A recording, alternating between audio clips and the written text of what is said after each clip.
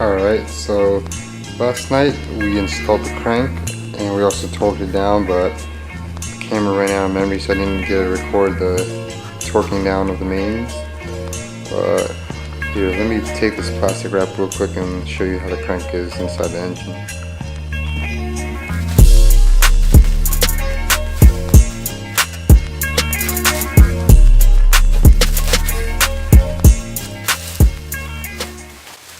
Okay.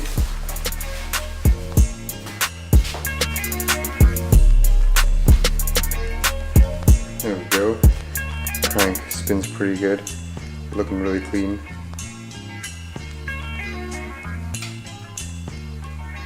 Yeah, boy.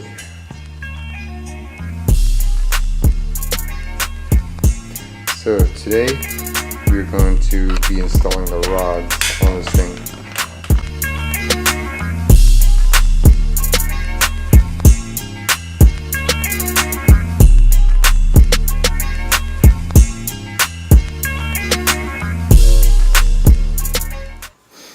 Alright, so we cleaned the surface of the piston rod cap, and then we're about to install the bearing onto it.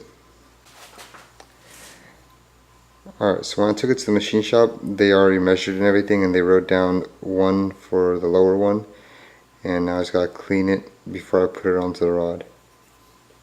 Okay, so then now the ring with the tang, we'll just insert that right there.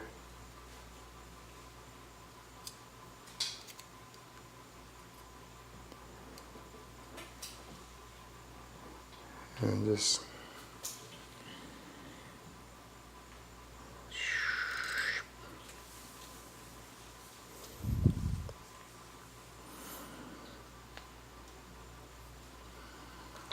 Alright, so now we're going to continue with the piston and rod installation, but before that we gotta clean the pistons, make sure all the pistons are clean and lint free so it doesn't scratch up the cylinder walls.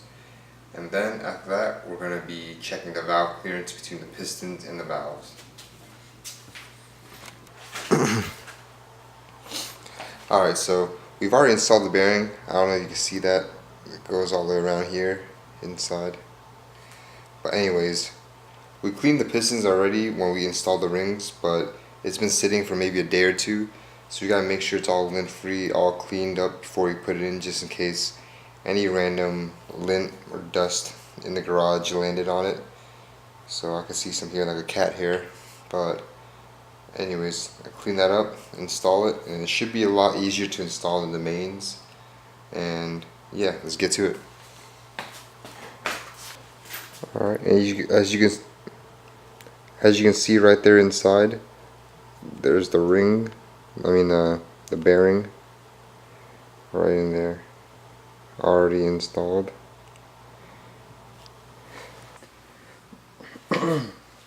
Alright, so what I did was I decided to wrap the rods in a couple pair of gloves just so it doesn't scratch anything on the way in to the cylinder. Anyways, here we go.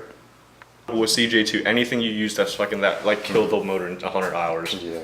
Like, you know, motors that are built like this old school style, like American stuff, it should honestly have conventional. Mm-hmm. Like, this 2. We're doing 2. Oh, true. Yeah.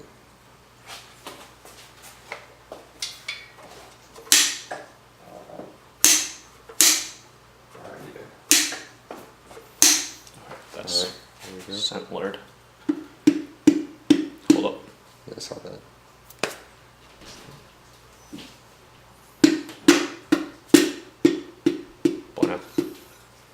Alright, let's do the other one first. Okay, yeah.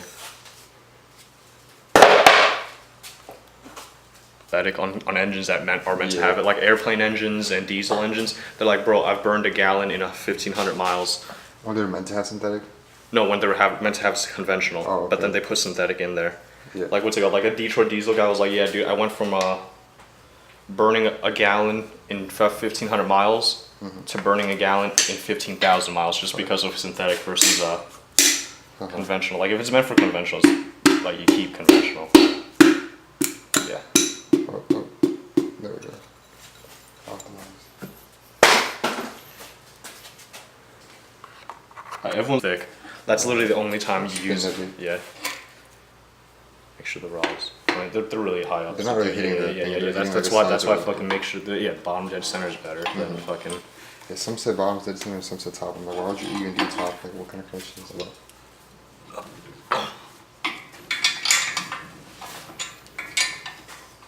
Yeah, like I love scratching my fucking journals on the way down. Like, what the fuck? Have you seen Ferrari's like on the History Channel is the Ferrari assembly documentary? Bro, it's fucking garbage. They don't even use anything to protect the things. And since it's a V engine, they don't even make it top side up. I saw them stick the fucking cylinders in like that into the one of the V banks, and the bolts literally the cylinders, and they're like, yeah, that's a Ferrari, man. Oh, God. Quality. I'm like, what the fuck, bro? You literally you just lost 50 horsepower in all your cylinders. Oh, my God. Like, what the fuck? Like, what the, for real. He's Italian, hands European, crafted. German, Italian, European. And Yeah, that's one thing. The quality Germans realize human error is a huge thing, so at least the Germans automate everything. Machinery. Yeah. Well, while you're here, just fucking drop in the where the channels are for the thrust. Now you can torque them all down now. for real. Was it 50 foot-pounds? Yeah. We'll just do the 3-step thing again. Yeah. It's better to take 3 steps all the way to final torque. Okay, this one's 3.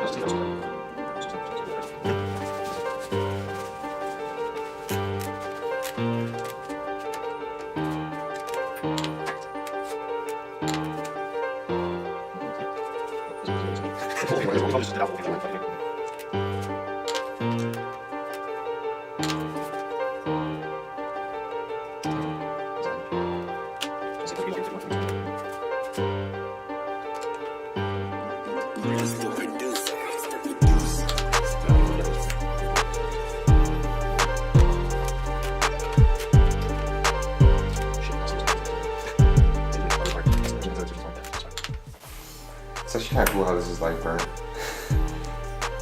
I mean, technically, it's not that good. Like the different temperatures all mean like how what's it called? It is. Hot it got.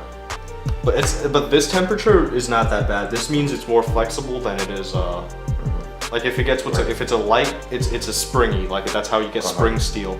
This is what's it called? Malleable. It's almost like ductile iron now. Yeah. And then what's it called? If you get a dark gray, then it's really hard. And It's like hardened, but it's brittle. Yeah. So if anything, this is better. It's not gonna like break, but at least you got good clearance. So when it does flex, the oil clearance is kind of like absorb it instead of metal to metal having a metal to metal contact.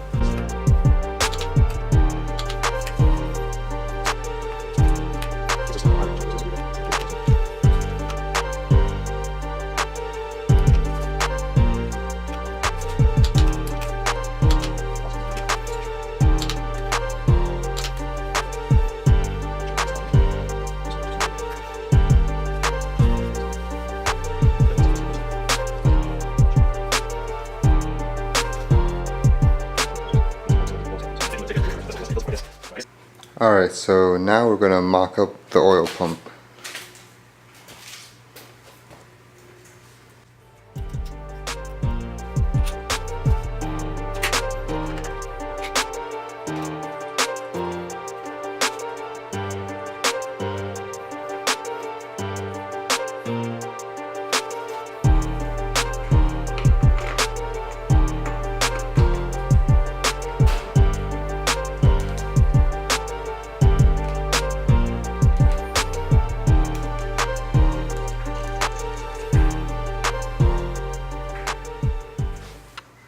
Alright, so we got all the bolts on it. They're not tightened down or anything, but just there just to mock it up, make sure everything's good. I'm not missing anything. Always double checking the work, you know how it is. And now we're going to install the oil pump.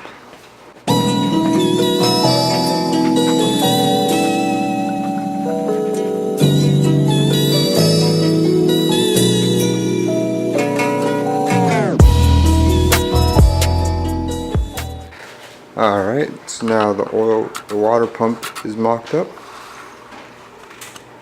They're looking pretty good.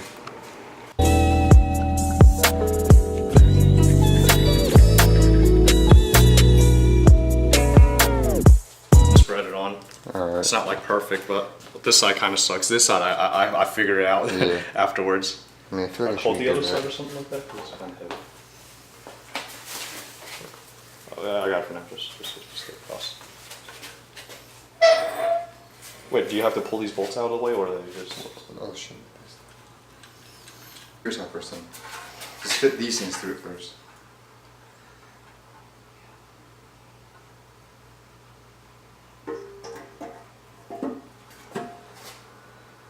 Yeah, there.